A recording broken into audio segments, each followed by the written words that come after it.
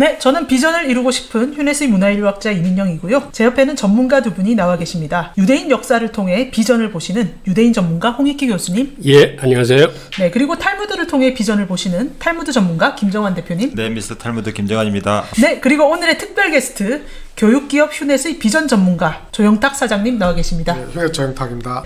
예, 지난 시간에 저희가 이 4차 산업시대에 왜 탈무드를 연구해야 하는지에 대해서 얘기를 해봤는데요. 이번 시간에는 그 논의를 심화를 시켜서 우리가 어떻게 구체적으로 탈무드의 장점을 뽑아서 우리 것으로 만들 수 있는지 한번 토론을 해보시죠. 저희가 얘기할 이게 바로 저희가 진행하고 있는 빅 프로젝트인 코리안 탈무드 스쿨인데요. 일단 이 비전이 조영탁 사장님께서 나왔습니다. 그죠? 네. 어떻게 이런 꿈을 꾸시게 되신 건가요? 늘 이야기하고 있는데 모든 사람들이 다 자기가 가진 무한한 잠재력을 다 달성하고 가야 된다 이렇게 생각을 하는데, 그래서 그런 작업들을 교육을 통해서 우리가 해오고 있는데요. 특히 이제 그런 걸 하다 보니까 이스라엘 유대인들이 정말 탁월한 성과를 내고 있잖아. 그 탁월한 성과를 내는 요인들이 분명히 있을 거다. 그 요인들에다가 한국 사람들의 강점을 결합시킨다면 우리가 매년 가을에 한국 사람들이 엄청난 기대를 했다가 실망하는 이벤트가 있잖아요. 노벨상. 그래서 한국 사람 정말 뛰어나기 때문에 뭔가 몇 가지만 건드려주면 2100년 정도까지 한국 사람 노벨상 한 100명 정도를 타는 프로젝트를 한번 해보자. 유대인들이 가장 많이 타니까 유대인들의 속성을 좀 뽑아가지고 해보자라는 그런 관점에서 시작을 했고요. 전문가들하고 같이 하다 보니까 점점 더 답이 찾아지죠. 네. 근데 탈무드를 우리한테 맞게 한국화 시킨다는 비전이 과연 가능할 것인가 가끔 또 궁금하거든요. 탈무드 전문가의 의견은 어떠세요? 예. 탈무드 내용 중에 네임만 알 필요가 있는 그런 게 많죠. 거의 네. 대부분인데 그 정신은 같아요. 인류 보편이다. 인류가 보편적으로 가질 수 있는 거. 그래서 토라도 마찬가지로 유대인들에게 적용되는 게 있고 인류 보편에 적용되는 것들이 같이 포함되어 있어요. 유대인들이 알아야 될 것들, 유대인들의 뭐 제사의식이라든가 이런 것은 의미가 없죠. 하지만 그 외에는 얼마든지 우리도 그런 정신을 가질 필요가 있고요. 이제 가장 먼저는 이게 좀 고민이긴 해요. 번역을 해야 될지. 세계화 시대가 되다 보니까 이제 영어가 거의 공용어처럼, 지금은 옛날보다 더 이제 영어 쓰는 걸 부담 없게 쓰는 시대가 됐는데, 그런 시대에 굳이 번역을 해야 될까? 그런 생각도 들어요. 근데 이제 대중화하기 위해서는 그걸 가지고 새로운 어떤 그 엑기스들을 잘 요리를 해서, 그러니까 원재료는 있지만 잘 이제 먹기 좋게 요리하는 그 과정이 제가 해야 될 일인데, 그 과정이 굉장히 지난하다는 거 그건 잘 알고 있는데 그래도 해볼만 하다는 거예요. 저는 이제 개인적으로 늘 금강 앞에 선 사람이라고 해요. 탈무드라는 지혜의 금강 앞에 선 사람. 지금 금강만 발견했지 아직 개발되진 않았습니다.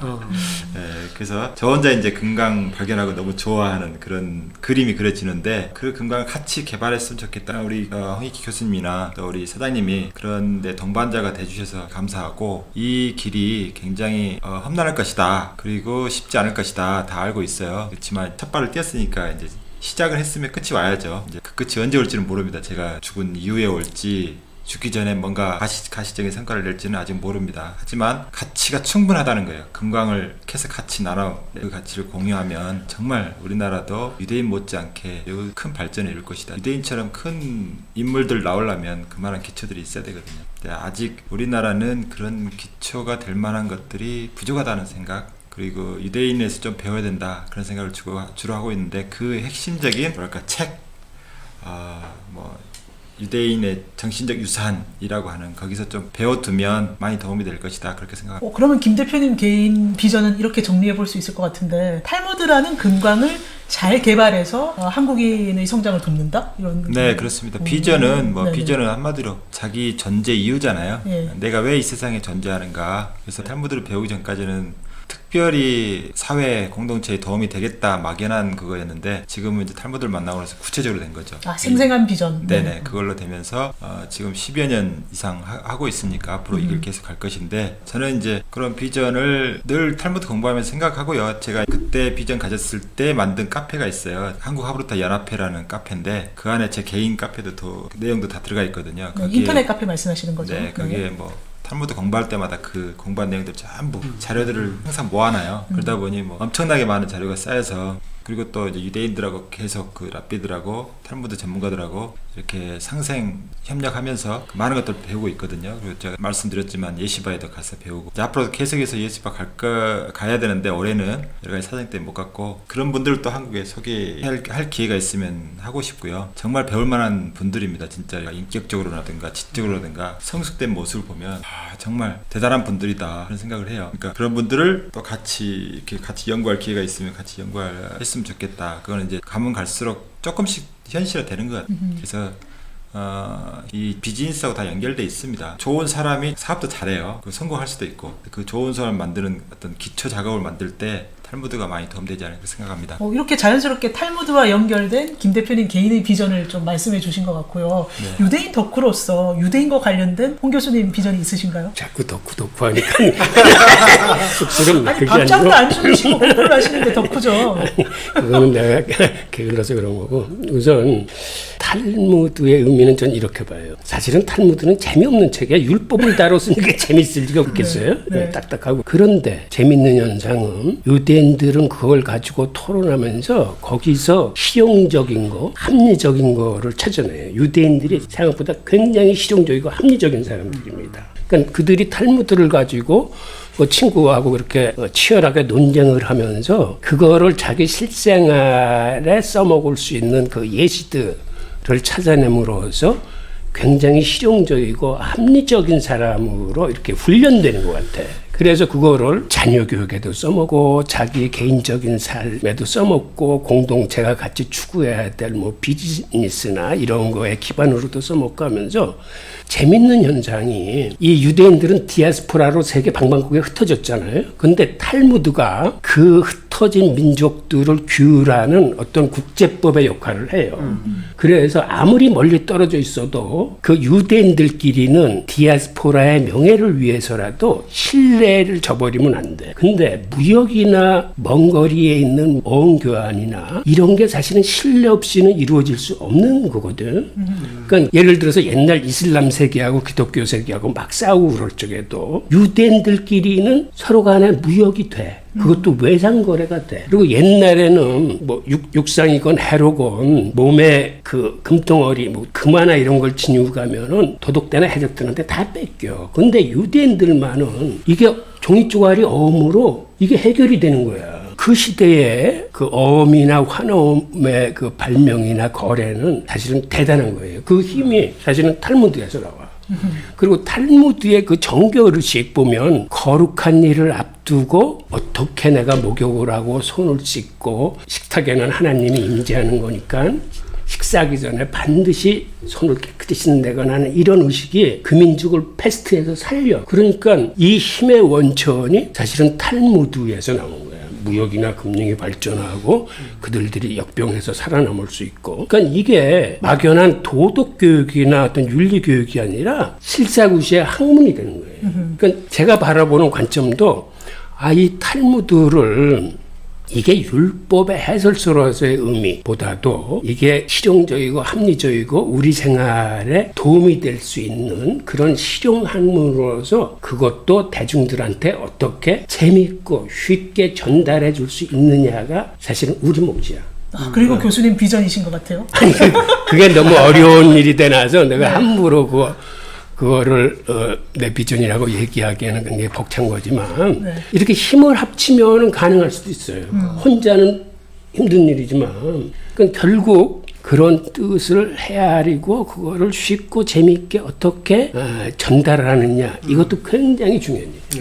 그런 생각. 근데 교수님이 지금 실용적이고 구체적인 거 말씀하셨는데 교수님은 비전을 뭔가 나는 뭘 하겠다 이런 거보다 계약서로 구체적이고 실용적으로 이렇게 만들어 두신다고 쉬는 시간에 말씀하셨는데 그게 저는 사실 앞으로 5년치 쓸 책들 목록이 다 준비돼 있어요. 계약서도 다 쓰시고 계약금도 다 받으신 거죠? 아니 그렇지는 않아요. 그런 그렇지 않고 네. 내가 쓰고자 하는 책들 네.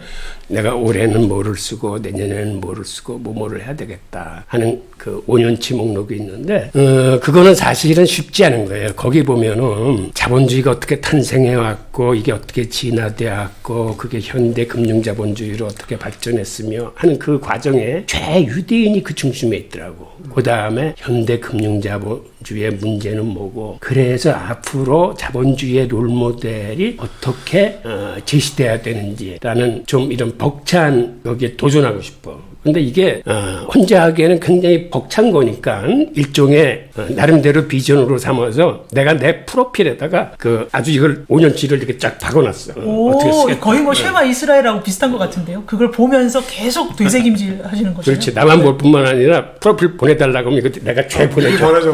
이야. 그러니까 지나온 책들 목록도 쭉 있지만 네. 내가 앞으로 뭘 어떻게 오. 써야 되겠다. 그리고 내가 32년 동안 또 무역업계에 있었던 사람인데 지금 우리 현대 우리나라 무역이 발전해온 이런 기록이 사실은 통사적으로 제대로 정리된 게 없어요.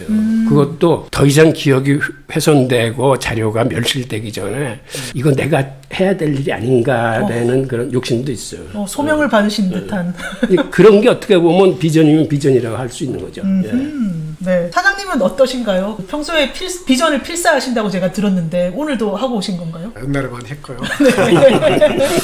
그 필사 의미는 분명히 있는 것 같고 네. 저는 이제 비전에 대해서 몇 가지 이제 제 독특한 걸 말씀을 드리면 첫 번째는 나이가 먹을수록 비전이 커지는 것 같아요. 꿈이. 오, 점점 꿈이 네, 커진다. 그러니까 점점 이렇게 타협하고 줄어들어야 되는데 사실 저는 점점 더 목표가 커진다는 게 좀 제가 봐도 좀 이상한 것 같고 두 번째는 이제 제 비전과 꿈, 사명 이런 것들이 회사하고 완전히 일치돼 있어요. 네. 그래서 세계 1등 교육기업이 되겠다 이런 비전 그게 제 비전이고 단순히 1등 교육기업이 돼서 뭐 돈을 많이 벌겠다는 게 아니라 그 기술 에듀테크를 결합해서 그걸로 교육의 혁명적인 변화를 가져오고 그걸로 교육을 바꾸고 사람을 바꾸고 세상을 바꾸겠다 이런 생각을 가지고 있는 거. 코리안 탈무드를 통해서 정말 한국 사람들이 세계를 선도할 수 있는 그런 걸 만들겠다라는 것도 제 꿈이고 또 사업하고 연결돼 있고 제 개인적으로 이제 행복 경영 많이 이야기하잖아. 최근 들어와서 이제 기업의 목적이 단순히 이익 극대화가 아니라 이해관계자 어떤 이해를 행복을 추구해야 된다 이런 것들이 많이 이야기되고 있는데 저희가 한 20년 전부터 그런 일을 하고 있잖아요. 그거를 저희 회사 내에서뿐만이 아니라 그런 행복 경영을 추구하는 회사를 한 10,000개 만들겠다는 꿈도 있거든요. 그것도 회사의 비전이자 제 비전이고 그렇게 해서 다양한 비전들을 가지고 있고요. 그것들을 매일매일 회사에서 일을 하면서 실천하고 생각하고 켜나가고 있습니다. 제가 원초적인 질문이 있는데요. 애청자분들 중에 이런 질문 가지신 분들 많이 계실 거 가지고 제가 빙의해서 한번 대신 여쭤보겠습니다. 우리 삶에 왜 비전이 필요한지 궁금한 분들 많이 계실 것 같아요. 왜냐하면 지금 젊은 분들은 비전 가져라 그러면 에이 꼰대 아니야 뭐 이런 식으로 생각할 수도 있고요. 또 그냥 현재 충실하자 욜로 뭐 소확행 이런 거 좋아하는 분들 많이 계시거든요. 그래서 우리도 그냥 뭐 영장류 동물이니까 동물처럼 그냥 뭐 먹고 그냥 살다 가면 안 돼? 왜 굳이 비전을 가져야 돼? 이런 질문 많이 하실 것 같아서요. 네. 조금 시간이 걸려도 좀 얘기를 할 필요가 있을 네네. 것 같아요. 사람이 다 태어날 때 목적을 가지고 태어나잖아요. 이걸 이제 사명이라고 미션이라고도 하기도 하고 조금 이제 뭐 미묘한 뉘앙스의 차이는 있겠지만 종교에서도 콜링이라고 해요. 콜링이 놀랍게도 직업이에요. 직업. 직업을 영어로 콜링이라 그러니까 사람은 그냥 아무 목적 없이 태어난 게 아니고 태어날 때부터 자기가 이 세상에서 이루고 가야 될 콜링, 소명을 가지고 태어나는 거죠. 그 소명을 다 달성할 수 있을 만큼 원하는 잠재력을 가지고 태어나는 건데 그러니까 비전을 세웠다라는 거는 나의 사명, 내가 태어난 목적을 명료하게 이제 드러낸다고 보는 거잖아요. 그래서 이제 의미가 있는 것 같고, 그래서 현재의 자기 모습과 자기가 태어난 목적의 차이를 명확하게 인식하고 그걸 줄여나가는 게 이제 비전의 역할이라고 생각을 하고 있고요. 비전이 갖는 두 가지의 역할이 있죠. 하나는 방향을 제시하는 거거든요. 예를 들면 우리가 이제 개인 비전이나 회사 비전에서 똑같다고 생각하고 있습니다. 그래서 개인도 개인이 꾸는 꿈의 크기만큼 비전의 크기만큼 잘하고 회사도 사장이나 구성원이 가지고 있는 꿈의 크기만큼 잘한다고 그러는데 이 비전의 역할이 두 가지가 있는데 하나는 방향을 이제 한 방향으로 모아줘요. 특히 이제 공동체에서는 더 그게 중요하죠. 밤에 사막에서 캄캄한 사막에서 길을 잃었어요. 근데 사람들이 북극성을 보면 그 북극성을 향해서 쭉 가면은 결국은 북쪽으로 갈 수 있다는 거 알 수가 있잖아요. 그러니까 비전이 어떤 전략적인 방향을 개인한테도 설정해주고 조직한테 설정해주는 거죠. 방향을 설정한다는 얘기는 사람이 살아가면서 어떻게 흔들리지 않고 살아갈 수는 없겠지만 흔들리더라도 지향점을 향해서 꾸준하게 갈 수 있게 굉장히 큰 힘을 주는 거고, 두 번째 비전의 역할은 어떤 열정을 끌어내는 거라고 보고 있습니다. 그러니까 아침에 우리가 새벽에 눈을 떴는데 회사 가기 싫어서 저도 지금도 그렇습니다만 알람 계속 맞추고, 그런데 정말 꿈과 비전이 원대하고 막 생생하다면 그것 때문에 벌떡 일어날 수가 있거든요. 그래서 이제 꿈이 어떤 매일매일 살아가는데 열정을 부여하는 역할, 가슴을 뛰게 하는 역할도 굉장히 중요하다. 그래서 달성 가능성이 높은 꿈은 가슴을 뛰게 하는 그런 역할을 못하기 때문에 달성 불가능해 보이는 꿈을 꿔야 된다, 이런 얘기가 이제 연결이 되는 거죠. 그래서 꿈에 대해서 아까 제가 설명을 드렸는데, 요즘 이제 소확행 이런 것들이 단순한 어떤 다들 고생하니까 위로해주는 차원에서는 뭐 당연히 의미가 있겠지만, 저는 그런 걸 너무 많이 강조하는 거 개인을 위해서나 사회를 위해서나 바람직하진 않다, 이렇게 생각합니다. 네, 비전이 왜 필요한지는 알겠는데 그러면 이걸 꼭 필사를 해야 될 이유가 있을까요? 뭐 회사에서 장기 전략도 마찬가지인데요. 한번 수립하는 것도 굉장히 의미가 있어요. 10년 후, 20년 후를 보면서 내가 뭘 해야 되겠다 생각하는 것도 굉장히 의미가 있죠. 전략도 마찬가지, 비전도 마찬가지고, 그걸 구체화하고 뚜렷하게 목표를 수립하는 것은 50%고 그걸 실천하는 것이 또 50% 돼야지, 그래야지 완성이 되는 거잖아요. 근데 한번 수립해놓고 잊어버리면 한 일주일 지나면 다 잊어버리잖아요. 그러니까 아무 의미가 없는 거죠. 그러니까 물론 수립해 보는 것 자체도 의미가 있다고 볼 수 있죠. 그래서 매일매일 생생하게 기억하고 생생하게 이렇게 달성 가능성을 생각해보고, 그러면서 더 이제 달성 가능한 방법을 찾아보고 하는 게 정말 중요하기 때문에 꼭 필사가 아니더라도 매일매일 되새길 수 있는 방법은 정말 중요한 거죠. 그래서 심지어 비전도 곳곳에 써놓으라고 그러는데 들어와서 자기 전에 볼 수 있는 천장에다가 그럼 사장님 댁에 가면 막 천장에 붙어있고 벽에 붙어있고 화장실에 붙어있고 그러나요? 실제로 없지만 보면 있는 것처럼. 네. 그러니까 저는 우리 사장님 이런 얘기를 들으니까 사장님이 더 유대인 같아. 네. 사장님 유대인설. 왜 그러냐면 지금 사장님 비전과 소명에 대해서 얘기했잖아.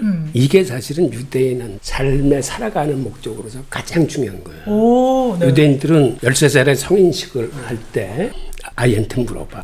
너 삶의 목적이 뭐니? 하면 티크놀람을 얘기해. 무슨 뜻인지 좀 설명해 주시죠. 티크놀람이 한마디로 우리 홍익인간 사상하고 똑같은 거야. 세상을 이롭게 하는데 내가 기여를 하겠다.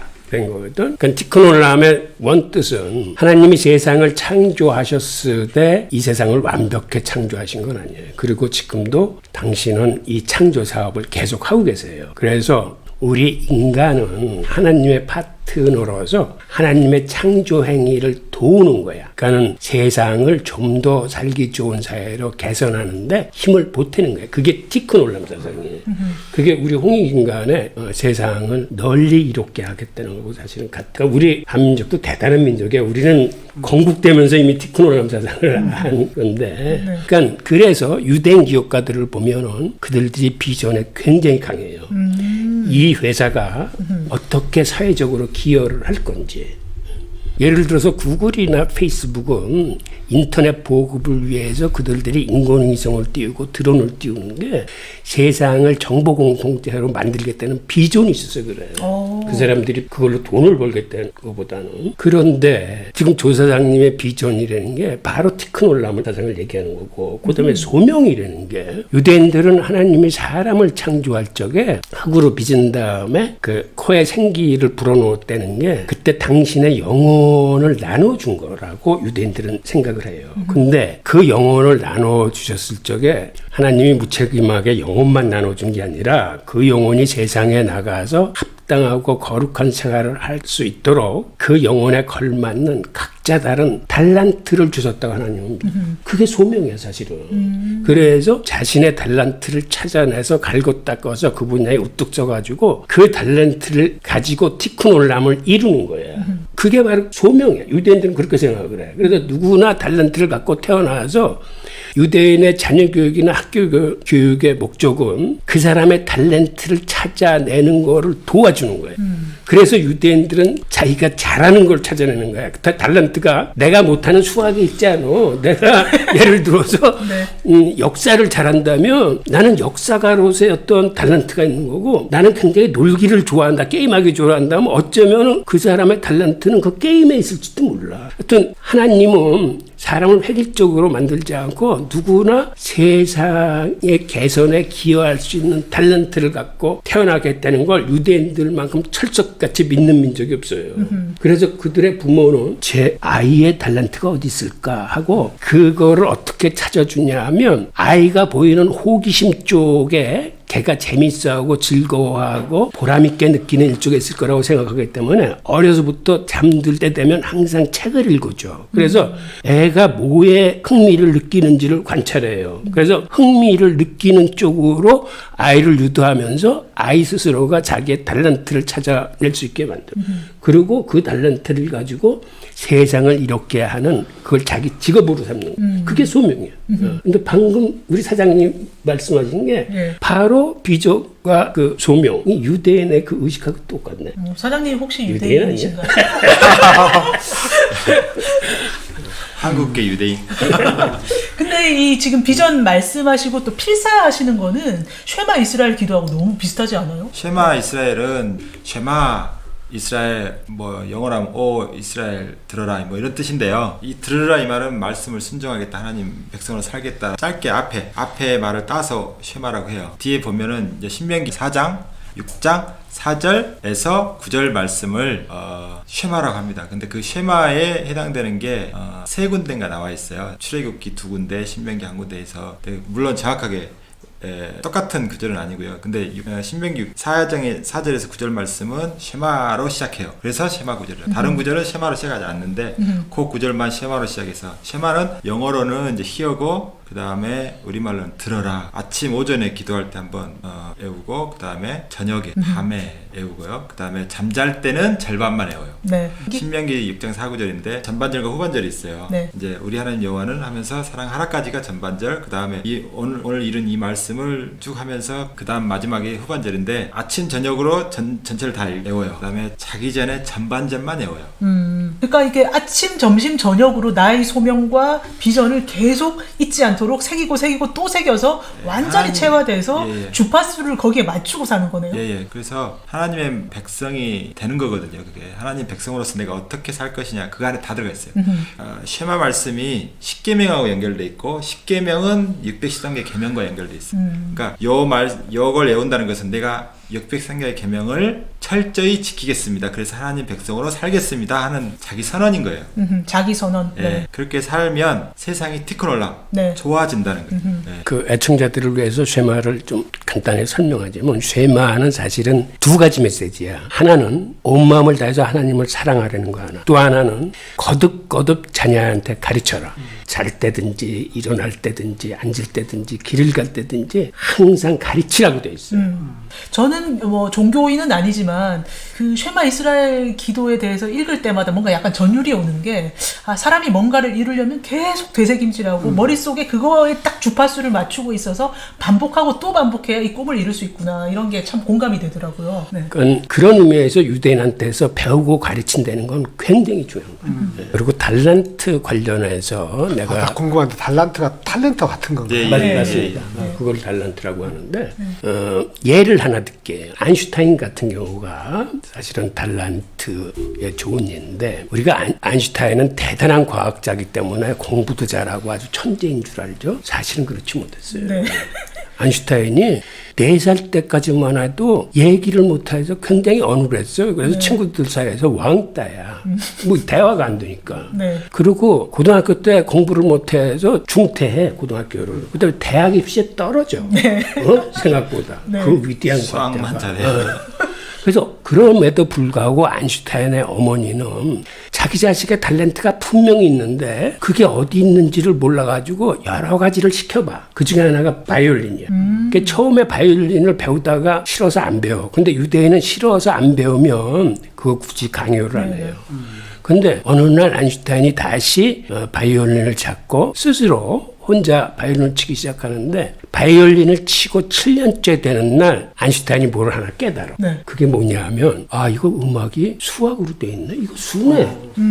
음악이 수학이라는 걸 깨달아. 그리고 사실은 그 깨달음에 굉장히 큰 어떤 희열을 느끼는 거야. 그러니까 뭔가를 깨우치고 나름대로 득도했다는 게. 그래서 그 공부를 싫어하던 친구가 혼자 스스로 기하학을 독파해. 기하학을. 와. 그 다음에는 자기가 관심이 생기는 분야를 돌아가면서 혼자 독학으로 깨우치기 시작하는 거야. 생물학, 물리학 이런 식으로.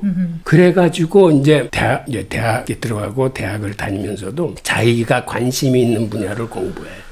그리고 어려서부터 이렇게 혼자 왕따대에서 이렇게 생활을 했기 때문에 혼자 스스로 공상하는 걸 좋아해. 그러니까 나이 30이 다 돼서도 어떤 공상을 하냐면 내가 빛을 타고 여행을 하면 세상이 어떻게 보일까? 이걸 나이 30이 넘은 어른이 스스로 혼자 공상을 하는 거야. 그러다가 아인슈타인이 어떤 개념을 하나 잡아. 그게 바로 상대성 이론의 시작이야. 그런데 개념은 잡았는데 이거를 수학적으로 이렇게 설명할 수 있는 능력은 없어. 그런데 하나님이 그래서 준비해 주신 게 그 부인이 수학을 잘해. 네. 그리고 아인슈타인의 친구가. 그래서 아인슈타인이 그 개념을 설명해 주니까 그걸 부인이 그 수학적으로 그거를 이렇게 풀어줘. 그게 사실은 상대성 원리거든. 그래서 아인슈타인은 항상 강조하는 게 상상력, 공상이 굉장히 중요한 거다. 그래서 어떤 개념을 잡아내는 게 굉장히 중요한 거라고. 이런 예는 유대인들한테도 또 발견이 되는데 구글에 그 레리 페이지가 논문을 쓰다 보고 검색을 하는데 막 쓰레기 같은 정보가 막 쏟아지는 거야. 그래서 막 신경질이 나.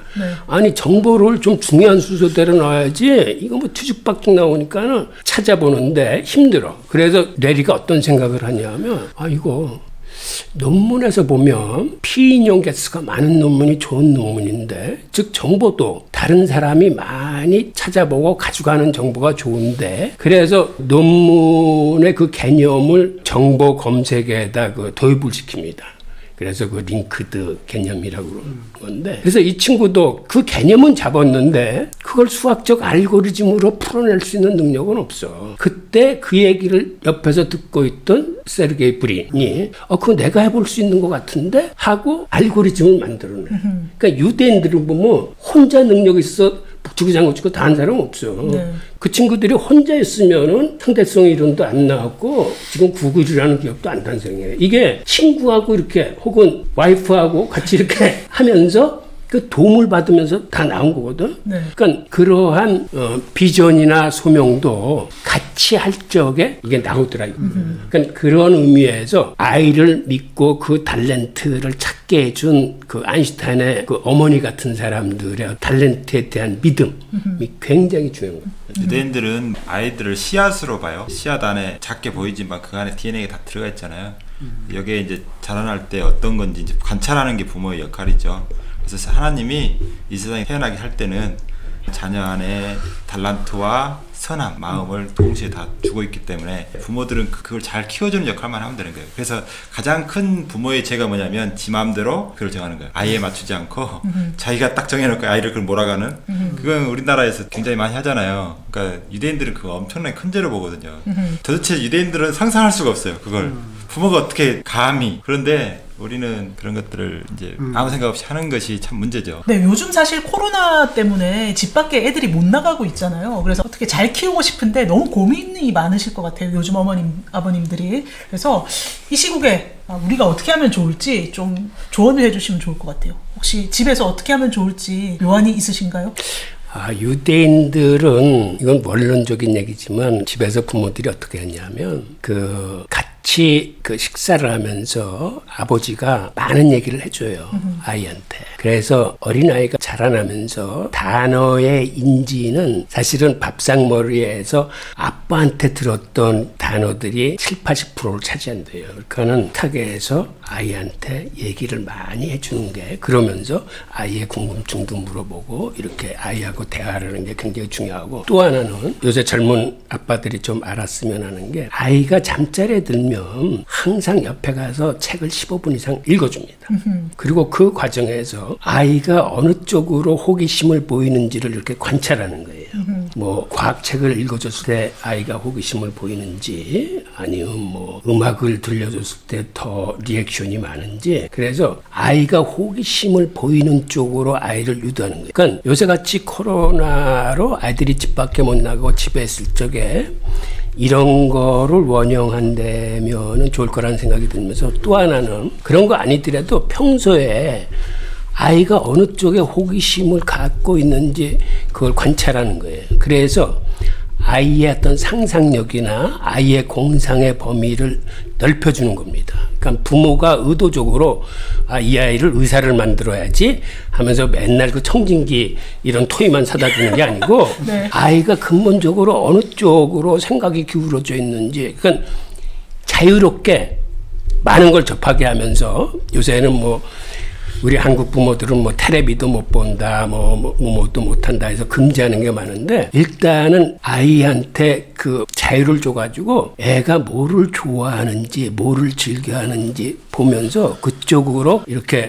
가능성을 열어두는 거죠. 그래서 아이들이 자유롭게 놀고 뛰놀면서 어떠한 생각을 하고 어떠한 상상을 하고 어떤 공상을 하는지, 사실은 그 내면을 들여다보는 게 굉장히 중요한 일이라고 해요. 이 코로나 시국에 아이들이 학교도 못 가고 학원도 못 가는 걸 너무 안타까워만 하지 마시고 밥상머리 대화도 많이 하시고 책도 읽어주시고 또 의도적으로 좀 다양한 걸 접하게 해서 상상력도 넓혀주고 아이가 뭘 좋아하고 잘하는지 좀 관찰하는 기회로 삼으면 좋겠다, 이런 말씀을 해주셨고요. 혹시 대표님께서는 밥상머리 대화의 기술을 얘기해 주실 수 있을 것 같아요. 네. 어린아이들한테는 주로 놀게 하는 게 좋고요. 노는 문화가 잘 없잖아요. 한국 사람들은 놀게 하는데 놀게 하는 게 아닌 이렇게 있잖아요. 뭔가 제안을 하고, 그러니까 네. 아이들이 그렇게 되면 마음대로 안 되거든요. 아이가 뭔가 지시받아서 뭐 한다 그런 의식이 없어야 돼요. 근데 우리는 뭘 엄마가 지시받아서 하는 그런 같은 문화가 있거든요. 네, 네. 그건 노는 게 아니에요. 네. 스트레스 엄청나게 받고요, 아이들은. 네. 그리고 아이들이 수동적이 돼서 나중에 이제 독립성이나 이런 거 기를 수가 없습니다. 그러니까 마음 놓고 놀게끔 도와주는 게 가장 좋은데, 이제 하부타식으로 이제 하려면 사람 둘과 책이 파트너예요. 책이 없으면 안 되고요. 세 파트너는 항상 있어야 되는데, 최소한 세 파트너인데 세 사람이 아니고 하나는 책이라는 말이죠. 그 이야기를 가지고, 동화책을 가지고 소리내서 읽고, 또 그 아이하고 이제 질문을 주고 받으면서 하는데, 부모 입장에서는 주로 듣는 입장인데, 그러려면 주로 질문을 많이 하셔야 돼요. 아이가 많이 속에서 이야기할 수 있도록. 네네. 그러니까 이게 탈무드식 그 공부인데, 이런 원리 때문에 그래요. 한번 그 말을 하기 전에는 말의 주인이지만, 우리가 말이 있잖아요. 말을 하고 나면 말의 노예가 돼. 네. 아이들로 하여금 말을 많이 하게 되면 스스로 노예가 돼. 지가 네. 말한 말에. 네. 그러니까 지가 약속하게 되면 지가 지켜야 되고, 뭐 이런 효과가 있기 때문에 아이는 많이 말할수록 또 머리도 좋아져요. 네. 이런 정보의 인풋 아웃풋을 많이 연습하게 되면 머리도 좋아지고, 또 자기가 한 말에 대해서 책임져야 되고 책임감도 좋아지고요. 그래서 그냥 이렇게 일상 대화를 하면 10분 넘기 어려워요, 이거. 네. 예, 근데 텍스트를 갖고 하면 충분히 깊게 들어갈 수 있습니다. 여기 안에서 또 근거를 찾아서 이야기하는 법, 네. 또 이런 것들, 그리고 또 여기 소재나 또는 뭐 주제나 이런 거 가지고 깊이 들어갈 수 있거든요. 그런 대화의 기술, 토론의 기술 가르쳐주면 집에서 이제 아이들 그 밥에 주느라고 얼마나 힘들어요. 하지만 아이들하고 이제 같이 있어 본 적이 별로 없어서 그게 낯설기 때문에 부모님들이 너무 힘들어하시는 건데, 이 기회에, 그러니까 이걸 좀 배워야 돼요. 부모님이 기술들을 좀 배우고, 그 다음에 아이들을 놀 때 육체적인 놀이도 좋지만, 또 때로는 책을 가지고 이야기를 할 때 이런 짧은 이야기를 갖고라도 하게 되면, 그렇다고 맨날 질문하면 안 되거든. 자기 의견도 이야기하고, 또 아이의 호기심도 유발하는, 그리고 아이의 그 생각을 이끌어내는 그런 질문 스킬이 있어요. 네네. 그런 걸 통해서 또 칭찬도 해주고, 또 너무나 멋진 생각이다 이런 추임새도 해주면 하면 아이들은 정말 재밌어요. 그게 이제 아이들의 속마음을 읽는 하나의 시간이기도 해요. 속마음을 깊게 알면 서로 이해하게 되고, 그러면 나중에 부모와 자식 간에 어떤 트러블이라든가 이렇게 문제가 많이 사라지죠. 소통이 잘 되니까. 그런 시간으로 마련하면 정말 학교 보낸 거 이상으로 좋은 시간이 되지 않을까 생각합니다. 집에서 아이와 함께 많이 대화하고 생각도 이끌어내고 칭찬도 해주면서 깊은 소통의 네. 시간을 가지면 좋겠다는 말씀을. 그리고 밥상머리 대화나 베갯머리 이야기가 사실 얼마나 중요한 거냐면 일반 아이들이 4살이 됐을 적에, 만 4살이 됐을 적에 보통 단어를 이해하는 게 한 800 800단어 내지 900단어 정도 된대. 근데 그 아이가 말귀를 알아듣고 난 후에 그 젊은 엄마 아빠들이 그렇게 밥상에서의 대화나 베갯머리 이야기를 통해서 이렇게 같이 대화를 나누면 그 아이는 만 4살이 됐을 적에 1500단어 정도의 단어를 인지한대요. 그 차이가 사실은 굉장히 큰 거예요. 그리고 그 후에 그 격차는 더 벌어집니다. 그게 그 자기도 모르게 독서에, 그러니까 아빠가 들려주는 그 오디오 독서를 통해서 얘가 그 독서의 맛을 알아가는 거예요. 그리고 유대인들은 안식일 날 되면 일을 할 수 없기 때문에 다 같이 거실에 앉아서 독서하는 것뿐이 없어요. 왜 그러냐면 안식일 날 그 사람들은 TV나 PC나 전기 이용하면 안 되죠. 휴대폰을 네. 그러니까 버튼이나 스위치를 누르면 안 돼. 네. 그러다 보니까는 아이는 태어나서 유대인 아이들은 맨날 잘 때 되면 아빠가 뛰어와서 책 읽어주고 모처럼 안식일 날 같이 모였는데 집안 사람들이 거실에서 다 독서를 하니까는 사람은 책을 읽어야 되는 건가 보나 하고 그 문화 속에서 자연적으로 이 책하고 가까워져요. 그래서 세상에서 가장 책을 많이 읽는 민족이고 세상에서 가장 책을 많이 쓰는 민족이에요. 유대인이.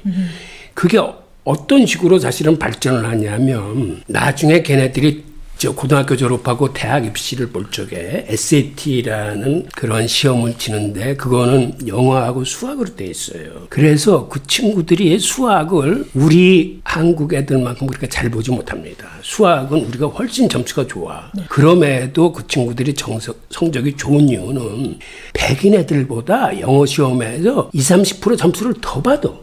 그 힘이 바로 어려서부터 그 독서에 힘에서 나오는 거예요. 그게 대학에 들어가면 더 힘을 발휘해요. 우리 교포 자녀들도 그 명문대학에 많이 들어가 사실은. 네. 그런데 말을 안 해서 그렇지 우리는 거의 40% 가까이가 중도 탈락합니다. 그 이유는 레포트를 쓰거나 팀 프로젝트를 할 때 수많은 참고서적을 읽어야 되는데 그 독서의 몰입도나 이해력에서 우리가 유대인 애들한테 안 되는 거예요. 그러니까 걔네들은 어려서부터 독서를 생활하기 때문에 아무리 어려운 책도 손에 한번 딱 쥐면 그걸 독파를 하네. 우리는 두꺼운 책을 갖다 놓고 이거 일주일 동안에 띄겠다 하는데 걔네들은 뭔가 이렇게 딱 잡으면 몰입하고 해서 읽는 속도나 그 이해력이 대단해요. 네, 코로나 시국에 집에서 공부하고 책 읽고 대화하면 어떤 효과가 나오는지까지 쭉쭉쭉 설명을 해주셨는데요. 에듀테크 기업 사장님으로서 이게 어떻게 집에서 시간을 보내면 좋을까요? 저도 한때는 자녀 교육에 대해서 할 말이 많았는데 네. 우리 아들이 중3 한참 사춘기라서 중고등학생 되면 갈등이 되게 심한데 이 갈등의 원인은 되게 부모의 욕심 때문이거든요. 네. 그래서 부모 욕심을 좀 내려놓고 이 아까 말씀하신 것처럼 애들이 가진 달란트가 뭔지 애들이 그 스스로 알아서 찾아갈 수 있도록 약간 좀 거리를 두고 그러면서 붙어있는 같이 좁은 공간에 살아있는 동안에 갈등을 더 심화시킨 것보다는 서로 신뢰하고 믿을 수 있는 그런 약간 좀 욕심을 내려놓는 게 필요하지 않나 이런 생각이 좀 드네요. 유대인은 사실 그거를 태만형 교육이라. 그들은 교육을 성인식 받기 전에 12살에 끝내요. 그러니까 12살에 아이의 판단력과 아이의 인성을 제대로 길러서 성인식 때 하나님한테 아이를 다시 바치는 거야. 하나님이 선물로 준 아이를 공동체 성인이 되게끔 만들어서 그 대신 12년 동안 아주 헌신적으로 교육을 하는 거야. 그래서 일단 성인식이 끝나면 유대인 부모들은 자녀 교육에서 손을 딱 댑니다. 그 다음서부터는 아이가 하나님하고 다이렉트로 독대를 하면서 공부를 하는 거야. 그러니까 우리는 근데 이게 반대로 돼 있는 게 우리는 중학교에 들어가면 그때서부터 얘를 좋은 대학에 보내기 위해서 엄마와 자식 간의 전쟁이 시작돼. 근데 유대인은 틀려. 반대로. 초등학교까지 모든 걸 가르치는데 혼신의 힘을 다한 다음에 일단 중학교 들어가면 부모가 손을 대. 그게 교육하기 위해서는 그걸 태만형 교육이라고. 뒤에 앉아서 보기만 하는 거야. 절대로 관여를. 네. 그거는 우리가 유대인들한테 좀 배워야 되지 않나. 네, 코로나 때문에 지금 밖에 아이들이 못 나간다고 좀 너무 들들 볶고 갈등 만들지 마시고요. 이렇게 태만형 교육으로 집에서 좋은 시간 보내실 수 있다는 거 말씀드리겠습니다. 여러분이 너무 열정적이셔서 네, 제가 태만형 사회자가 되고 있는 것 같은데 이렇게 유대인 얘기만 나오면 열정적으로 얘기하시고 탈무드 얘기, 교육 교육 얘기 나오면 이렇게 열정적으로 얘기하시는데 사실 저희가 뭔가 몰입하고 이루어내려면 열정을 갖고 노력을 해야 되잖아요. 근데 사실 요즘 현대인들이 삶에 치이다 보니까 열정이 안 생기는 경우도 많단 말이에요. 뭐 살아있으니까 살아간다, 농담조로 이런 얘기하는 후배들도 있고요. 그래서 이런 분들에게 열정이 좀 없다, 이런 분들에게 어떤 솔루션 제안하실 게 있으신가요? 삶의 목표와 열정을 가지기 위해서 필요한 방법들이 있을까요? 우리가 굉장히 좀 태만형? 네. 태만하고 있는 게 사회 교육도 마찬가지고 개인도 마찬가지인데 내가 왜 태어났는지, 왜 살아야 되는지, 나는 누구인지 이런 걸 묻는 거를 교육에서도 시키지도 않고 본인도 찾지 않기 때문에 그래서 정말 인생을 정말 태만하게 보내야 생각을 하면서 인생이라는 거는 정말 내가 누구고 내가 무엇을 하고 내가 어떻게 살아야 되는지를 생각하고 그거를 나한테 주어진 뭐 100년이면 100년의 시간 동안 내가 해야 될 일을 하고 가야 되는 게 인생이라 생각을 하는데 그런 게 없기 때문에 그러니까 시간의 제한도 없고 내가 몇 살까지 살고 뭐 남은 시간 나한테 얼마나 있는지도 모르고 목표 함수도 없기 때문에 거기서 어떤 열정이 좀 사라지지 않냐는 생각이 좀. 그 다음에 이제 우리가 그 인생의 목적을 생각할 때 항상 이제 여러 사람들이 그런 말씀 많이 하셨는데 그 배의 목적이 뭐냐. 배가 항구에 있을 때 가장 안전하지만 그러려고 만들어진 게 아니죠. 배의 목적은 안전을 위해서 만들어진 게 아니라 항해를 하기 위해서 만들어진 거다. 인생도 마찬가지로 안전하고 편안하게 살기 위해서 태어난 게 아니고 분명히 뭔지 모르겠지만 목적을 가지고 태어났고 그건 어떻게 보면은 거친 풍랑을 헤치고 나가야 될 항해적인 요소가 있을 텐데 우리가 이제 태어난 목적을 모르기 때문에 편안하고 안전한 삶을 추구하는 경향이 있는 것 같아서 정말 열정의 근본적인 부분은 바로 내가 왜 태어났고 나한테 주어진 시간과 자원이 얼마나 희소한지 하는 거를 진짜 냉정하게 한번 따져보는 데서 비롯되지 않겠나 이런 생각이 드네요. 근데 그렇게 삶의 목적과 열정을 이끌어내려면 긍정적인 마음이 필요할 것 같은데 자꾸 부정적인 생각을 하고 습관적으로 축축 처질 수도 있잖아요. 그런 분들을 위한 솔루션이 있을까요? 저는 개인적으로 결핍을 좀 경험해야 된다. 유대인들도 결핍이 많거든요. 땅도 그렇고 유대인 스스로도 그렇고요. 저희 또래만 해도 배고픔을 경험한 사람이 많았는데 우리 이제 후배 세대들은 배고픔을 경험하지를 못했어요. 그러니까 워낙 엄마들이 배고프기 전에 딱딱 우유를 꽂아주거든요. 네. 그러니까 배고픔이라는 게 도대체 단어는 있는데 경험을 못하니까 배고픈 사람이 있다는 걸 이해를 못해요. 아니 라면도 있는데 왜 라면도 안 드시지? 뭐 이렇게 나오면 이제 굉장히 힘든 일이잖아요. 그 결핍을 스스로 만들어가야 되려면 여행도 좀 해보고 결핍에 있는 사람들을 자기가 결핍돼서 되지 않을 수도 있잖아요. 자기가 뭐 풍부하면 굳이 뭐 가난한 사람처럼 구걸할 필요는 없지만 예, 그런 사람들을 보는 거죠. 옛날에 그 삭가모니도 가난한 사람, 병든 사람 이렇게 보고 다니면서 세상은 이런 사람들을 위해서 내가 뭔 일을 해야 되겠구나 이런 생각이 들잖아요. 아니면 교회 다니신 분들은 의료 선교나 이런 아픈 사람들, 가난한 사람들 이런 돌보는 데 가면 결핍을 경험해야 간접 경험이라 그러면 내가 도와야 되겠다. 그러면 내가 의사 돼야 되겠다. 아니면 내가 뭐가 돼야 되겠다. 이런 생각이 들거든요. 어떤 분은 자기 자녀하고 이제 의료 선교를 갔는데 매번 간대요. 매년 간대. 그 아이가 이제 중학교 1학년이었는데 한 달 정도 의료 선교를 하고 왔어요. 근데 오는 비행기에서 아버지 제가 제 꿈을 이제 뭘 가질까 고민해봤는데 가난한 분들을 이제 아픈 분들 도와다 보니까 의사 돼야 되겠어요. 10년을 진짜 의사 됐어요. 네, 중1이니까. 그러면서 하버타 쪽에서 질문을 이야기해요. 네. 질문 자체가 결핍을 스스로 만들어내는 답이라는 게 있거든요. 질문하고 답은 짝인데 질문이 주어졌다는 건 아직은 답이 없는 경우잖아요. 근데 어떤 질문들은 답이 없어요. 그러니까 세상에 답이 존재하지 않아. 그러면 내가 그 답을 찾으러 연구하게 되거든요. 그러면 그게 연구 성과가 인정받으면 노벨상도 받을 수도 있고 뭐 이런 거죠. 세계적인 큰 발견을 해낼 수도 있는 거지. 근데 물론 어떤 질문들은 충분히 답이 주어진 경우도 있지만 없을 때는 내가 하자면 그런 결핍을 스스로 만들어내면서 살아야 열정이 계속 유지되는데 성공을 했다 그러면 그걸 누리기 위해서 편안한 삶 이것만 하면 나중에는 빨리 늙어갖고 일찍 또 수명이 단축될 수도 있잖아요. 근데 계속 도전하면 긴장감이 있기 때문에 몸에서도 늘 준비하잖아요. 그래서 늘 강해지고 열정을 가지려면 결핍을 느껴봐야 되고 네. 그 좋은 방법으로는 여행하면서 계속 질문을 하고 네. 많은 사람들을 겪어보는 거다. 예, 이런 말씀을 해주셨는데요. 저는 여행하다 보면 결핍을 정말 많이 느껴요. 근데 그러다가 제 욕구가 해결되면 너무 감사함을 느끼거든요. 여행 가서 진짜 비싸고 맛없는 밥 먹은 제가 앱 깔아놓은 거 있는데 앱에 세 줄 일기에 맛있는 밥이 감사하다. 회사 다니는 게 감사하다 막 쓰게 되거든요. 사장님은 감사일기 쓰시나요? 감사일기를 써야 된다고 생각을 하고 하고 있고 제가 회사를 하면서 사람들이 이제 제가 20년 넘었으니까 사장은 하고 싶은 대로 다 한다고 그러는데 사실 하고 싶은 대로 다 네. 하고 싶으면 못하는데 네. 제가 세 가지를 꼭 하고 싶었어요. 네네. 첫 번째가 이제 독서 토론. 독서 토론에 책을 엄청 사주는데 네. 근데 직원들이 책 읽기 싫어하는데 강제로 토론 시키면 또 그건 안 되니까 그래서 이제 이걸 20년 거의 한 18년 만에 이제 이뤘는데 어떻게 이뤘냐면 우리가 이제 매주 금요일 날 프라이 러닝데이에서 금요일은 일 안 하고 공부해도 된다.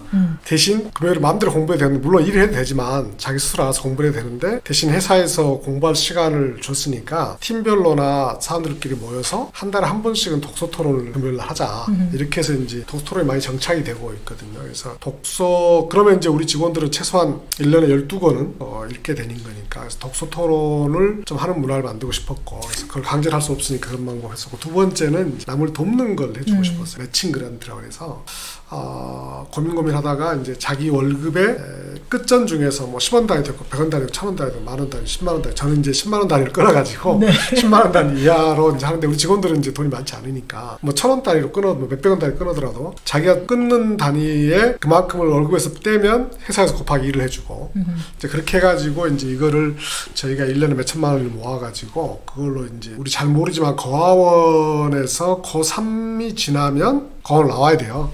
부모가 없는데도 불구하고. 그러니까 아무 준비가 안 돼 있는데 이 학생들한테 우리가 이제 행복 브릿지라고 해서 사회까지 연결될 수 있도록 장학금도 일부 주고 휴넷이 가지고 있는 모든 이제 교육도 다 들을 수 있도록 평생 이제 자격증도 딸 수 있도록 이렇게 도와주고 있는데 말이 조금 길어지고 세 번째는 제가 하고 싶은 게 감사일기예요. 네네.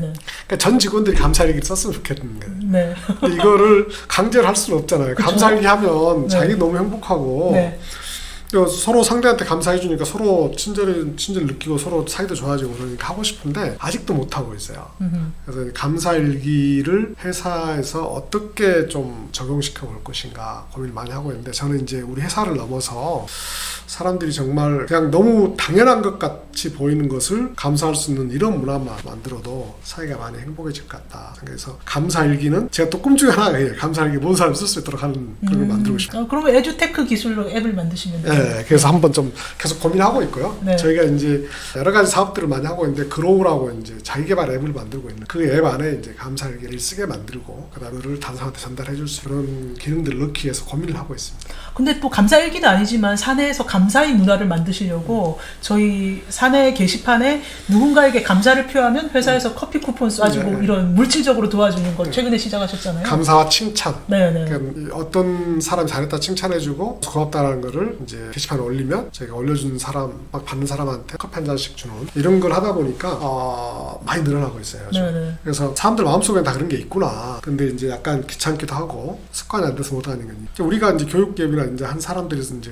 어른들이 할 일이 그런가요? 사람들 마음속에 있는 것 같아. 자녀들도 분명히 달란트가 있고 뭐 마음속에 있는데 그걸 왜 안 하냐 막 이렇게 통제하고 관리하고 막 채찍질하면 사람들 싫어지니까 넛지라고 그러잖아요. 살짝 돌려서 스스로 알아서 할 수 있도록 하는 방법들을 이런 게 필요해요.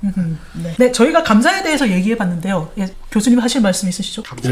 자녀가 스스로 삶의 목적을 정하고 그걸 위해서 열정을 찾아내서 바친다는 건 사실은 힘든 문제야. 네. 그런데 유대인들은 이거를 시스템을 만들어.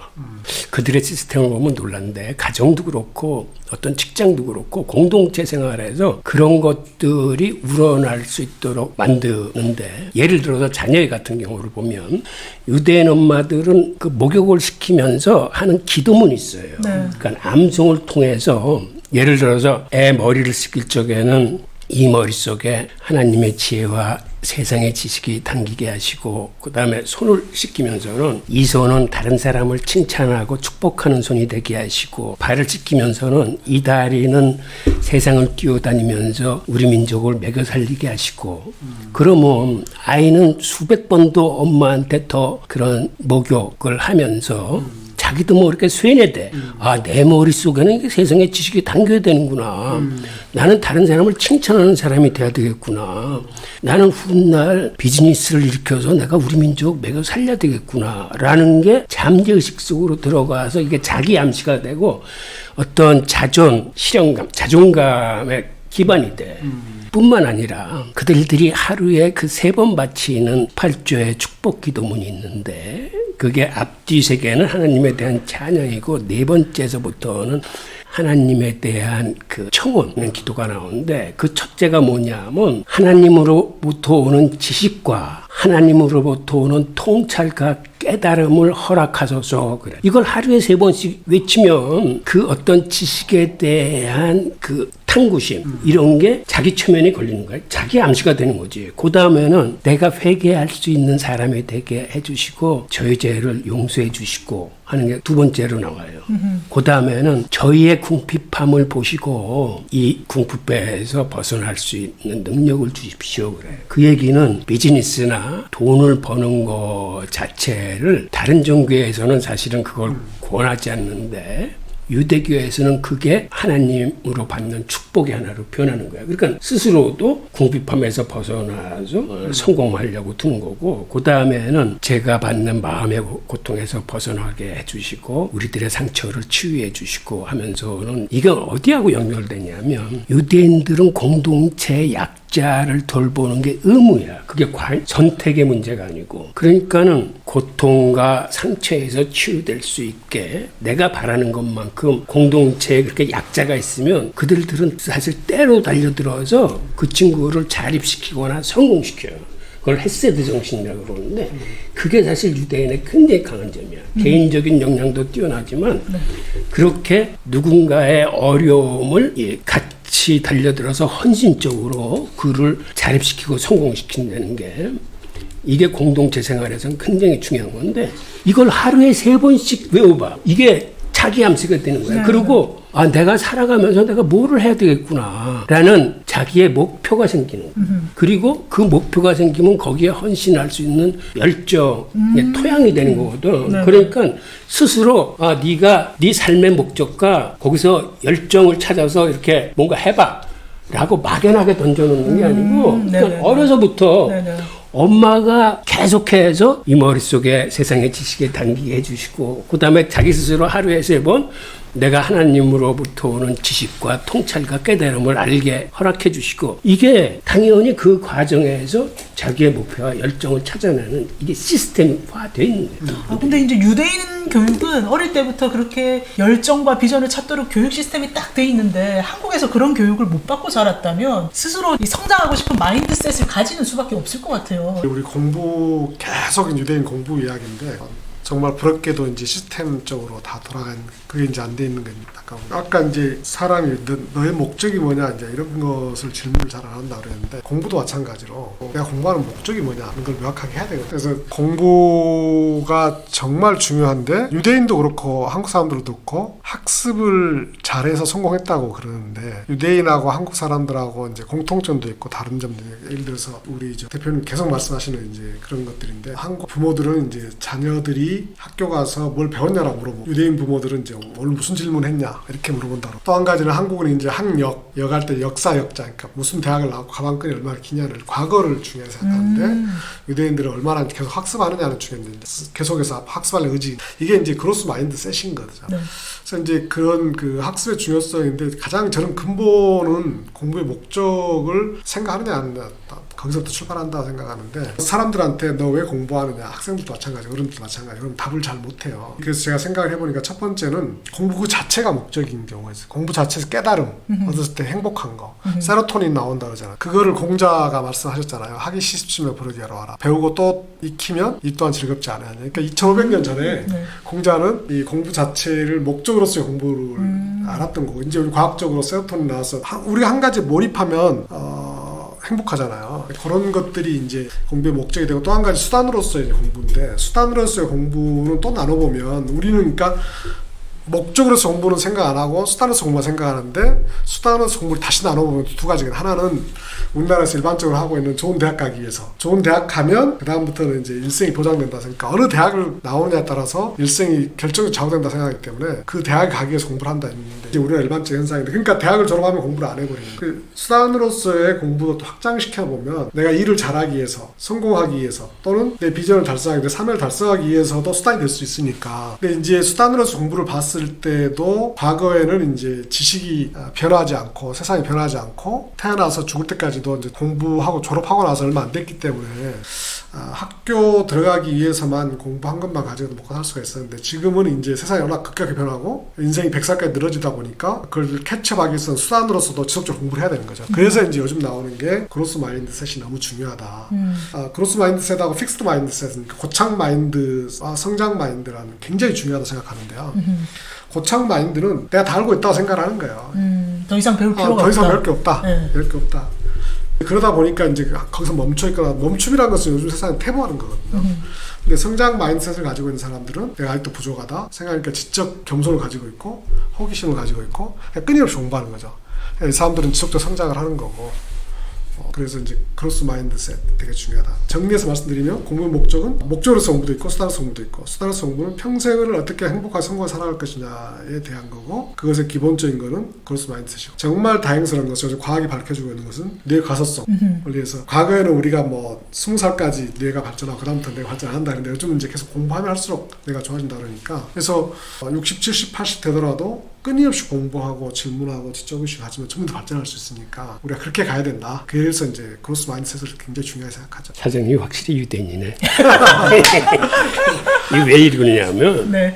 유대인은 공부를 목적으로 생각해요. 그 사람들은 공부를 수단이라고 생각하지 않습니다. 근데 그게 어떻게 해서 그렇게 됐냐면 그들이 옛날에는 성전 중심의 종교였어요. 그 안식일 날 성전에 가서 자기 잘못을 회개하고 기도하고 그 다음에 이제 제물을 바쳐서 자기의 죄를 용서를 받음으로써 하나님의 관계를 회복하는 거예요. 근데 기원전 6세기에 바빌로니가 쳐들어와서 성전을 파괴하고 이 사람들을 죄 포로로 잡아. 그러니까 유대인들이 이때 가장 멘붕에 빠진 게 이제 하나님의 집이 없으니 우리는 어디 가서 하나님을 만나? 그리고 어떻게 죄사함을 받아? 라고 했을 적에 하나님의 선지자를 통해서 새로운 가르침을 줘. 뭐라고 했냐면 너희들이 성전에 바치는 1000가지 제물보다 1시간의 공부를 더 즐거워하신다라는 메시지를 줘요. 그게 무슨 뜻이냐면 하나라도 더 공부를 해서 세상의 섭리를 하나라도 더 이해하면은 그만큼 하나님한테 한 발짝이라도 더 가까이 갈 수 있다는 거예요. 그러니까 그 이후 유대교의 가장 중요한 특징이 배움의 종교로 바뀝니다. 즉 배움은 삶의 수단이 아니고 하나님한테 가까이 가기 위한 그 자체가 목적이야. 그래서 그거는 그들이 평생 공부하는 이유예요. 하나님한테 한 발짝이 더 가야 되는 게. 네. 그래서 유대인 사회에서는 나이 많은 사람이나 사회적 지위가 있는 사람이 공동체의 어른이 아니야.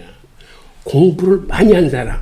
그래서 하나님한테 한 발짝이라도 더 가까이 가 있는 사람이 공동체 리더가 되는 거예요. 이러한 유대교의 특징에 따라서 유대인들은 공부라는 거를 수단으로 생각하지 않고 이게 하나님한테 가까이 가는 그 삶의 목적이라고 생각하는 거기 때문에 그렇게 열심히 공부하면서 자기 분야에서 업적을 쌓아가지고 그렇게 노벨장을 많이 받거나 미국의 명문대학 교수의 30-40%가 유대인들이거든. 그렇게 교육적으로 쓰는 이유는 공부 자체가 목적이기 때문에. 네. 네, 오늘은 우리 삶이 나아가야 되는 방향인 비전과 그 동력인 열정, 긍정, 감사, 이런 마인드셋에 대해서 이야기를 나눠봤습니다. 다음 시간에는 더 구체적인 방법론에 대해서 얘기 나눠보시죠. 자, 궁금하면 여러분 다음 편 찾아주세요. 다음 편! 네, 좋아요, 구독, 댓글 3종 세트로 마음 표시해 주시면 다음 편에 더욱 구체적인 내용으로 찾아뵙도록 하겠습니다. 감사합니다. 감사합니다. 감사합니다. 아이고.